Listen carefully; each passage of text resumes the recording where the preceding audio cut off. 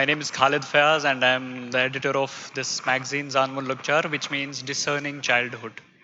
So, most of us have lost our childhoods. Now, I'm going to revive it for them. So, this all started with a homesickness. I had a job in Delhi as a sub editor after my post graduation.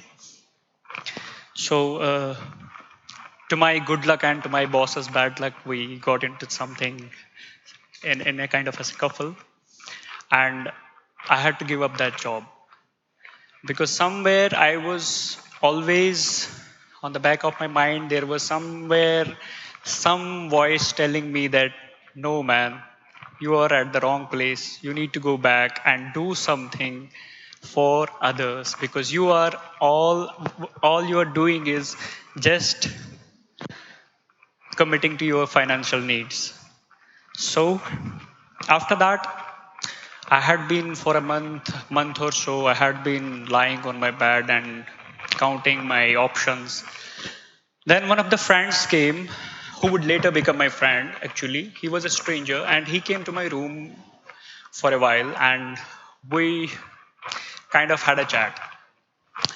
So, what he said was, what are you going to do now? I was very casual. I said, something that will hold my interest no matter what comes my way. So, after a few seconds, I said, I'm going to start a magazine for children and teenagers. I don't know. Honestly, I never knew from where the thought came from. So, he kind of told me, yeah, I had a professor friend who is in JNU. So she often visits Kashmir.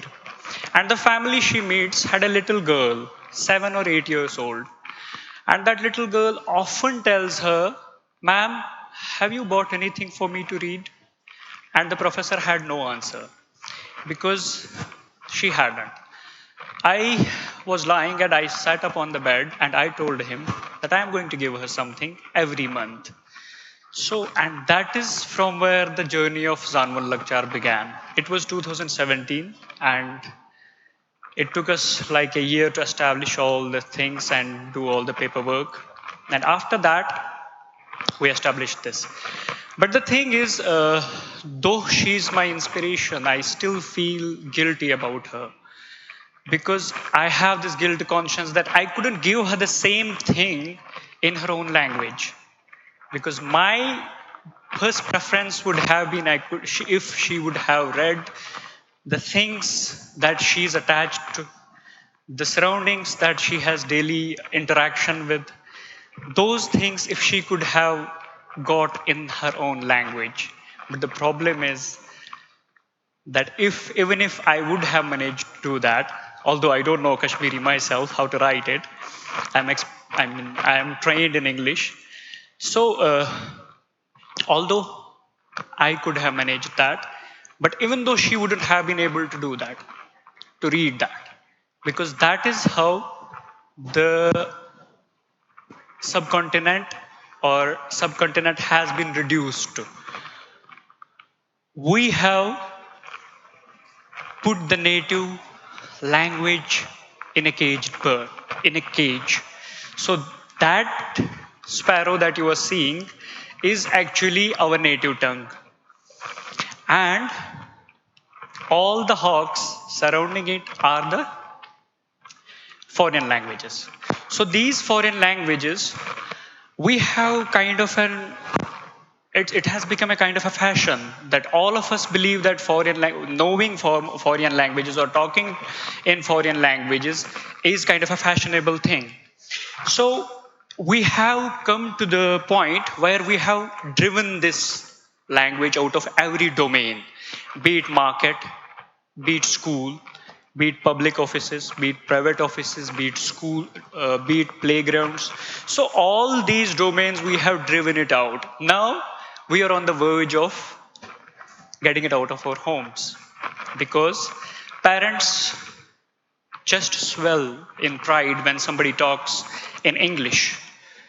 And we teach our children that Show us your chin. The first thing, A, B, C. So we start teaching them the things which they would later be only translating.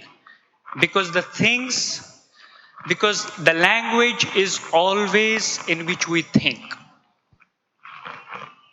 So what has reduced it and what has put this caged bird, I will go to the picture again, the back one, is are those languages, but the biggest one is English, and it is facing us because it has achieved its goal. It has come back after suppressing or after putting the bird in the cage.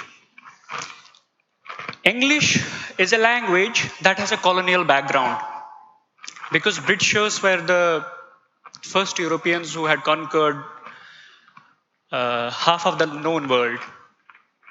And with those resources in hand, and they made it very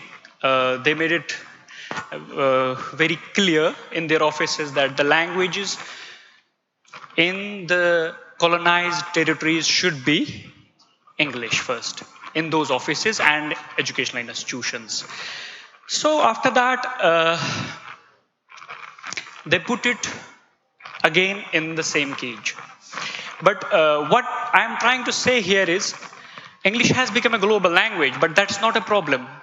It's not a problem because due to its global exposure and due to its proximity to social institutions, social, cultural, as well as educational institutions, there is nothing wrong about that. But the primary thing is it has attained its current status at the cost of indigenous languages, tens of hundreds of those. In the honest Indians, there was one last person who knew their language, Angela Lois. She died in 1974. So she sang, and she sang it to herself only because nobody else would know that language. Later on, it was translated. And what she sang was, I'm following, or I am in the footsteps of those who have long gone. Lost am I? And the honest Indians have several gods. The supreme god they worship is named as Pemalk. Pemalk is translated as word. So, not only their culture, but every other thing died with the death of Angela. So the journey goes like that. I mean, I'm not the only one who is advocating for the medium of studies or medium of schools should be native tongue. Rabindranath Tagore, Sir Rabindranath Tagore, once wrote Mr. Sadler, who was then the chairman of the Calcutta University Commission in 1917 and 1919. He wrote a long letter, which is not the scope, which is outside the scope of this lecture. He wrote it, and he strongly advocated for this, that the medium of instruction should be Bengali, and the English should be taught as second language. So that is actually the goal of it. And in the current situation, I will give you the example of just a year back. A year ago, my friend was walking in Kashmir University.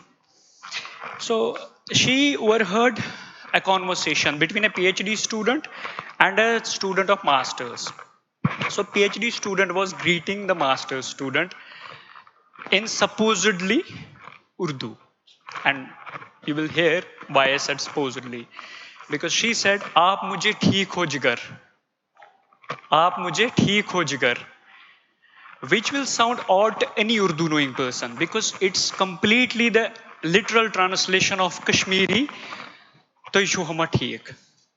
And its equivalent in Urdu is, "Kaise ho aap? Aap khairiyat se ho." In English, "How are you, my dear?" But imagine what she said first. She said, "Aap mujhe theek ho jigar." It will only be grasped by the person who knows Kashmiri and whose second language is Urdu. So why bother translating it all? Kashmiri mein kaho na, Urdu mein kaho, or say it in English. Say it in any language, but say it properly. The thing is, the language is in which we think. So until and unless we start thinking in that language, in our second language, we haven't mastered that language. So that is the basic parameter of it. But the thing is, we are thinking in our own language. Later on, we are translating it. Okay. Here, I'll point out one thing. Uh, Again, we will go back to English. That we have made it fashionable again in our domains, in in our markets, in our social places. Even here now, I'm speaking not in Punjabi but in English because it is a common language. But there is no harm in it again. Uh, then we will move on. We have hope now. Hope of indigenous languages. Hope of the magazine, indigenous magazine, reaching Belgium, France, Germany, and to the artists in Kashmir and India and Punjab. So that hope keeps me going. And that hope is if we always think that our indigenous languages aren't capable enough to fulfill the linguistic requirements of a particular person or its users. But actually, it is not so. All the languages have an inherent capacity to adapting the linguistic requirement of its users. And they can work in every domain. All they have to do is what English did. Before English, French was in vogue. But what colonizers do, and what British did after that, was they borrowed certain alphabets, certain vocabulary from different languages which had them and fitted that same thing in their own languages, fit that same vocabulary in their own language. So what happened after that? You may ask, that will harm the purity of our native tongues, but it's not so, because the principle of language is morphology as well as the syntax, and those rarely change. Vocabulary, even if you will study Kashmiri right now, 80% of it is Punjabi. So, because Punjabis ruled us at that time. So, this is all institutional. So, all the languages that are being fed to us are actually the same languages. I mean, there is no language better than any other language. Okay, my grandmother would know tens of names of particular flowers her language or in our language, which I am not capable of knowing. Still, you know, as per the UN data, in every 2 weeks, an indigenous language dies.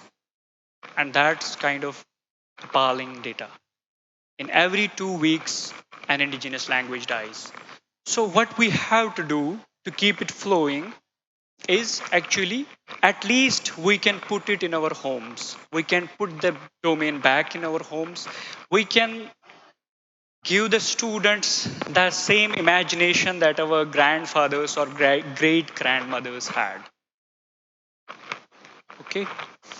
Now, how I came to this, I mean, from this journey to what I'm speaking to you. My magazine is in English, but we have an agenda, we have our editorial policy, which is we bridge the gap between the knowledge that comes from the cultural centers of the world and the knowledge that is tailor made for local population.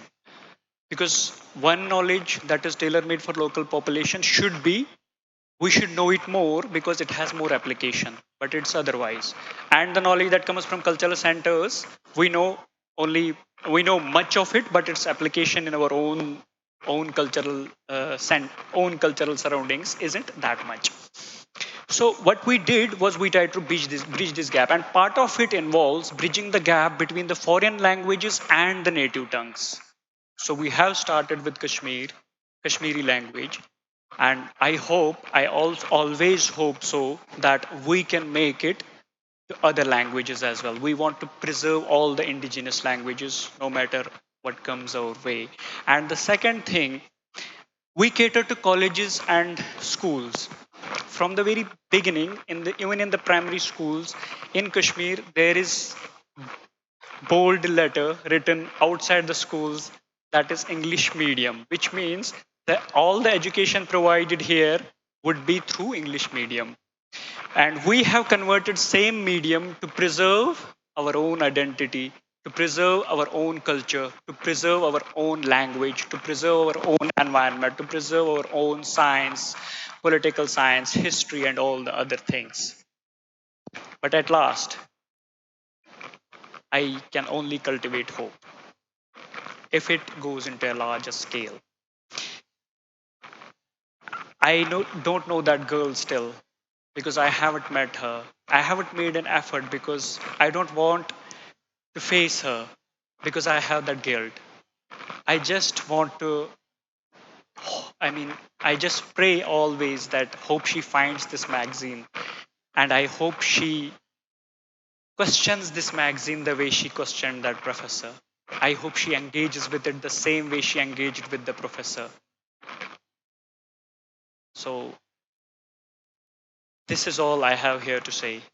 And with best wishes from Team Lokchar, I hope we can carry it forward. Thank you very much.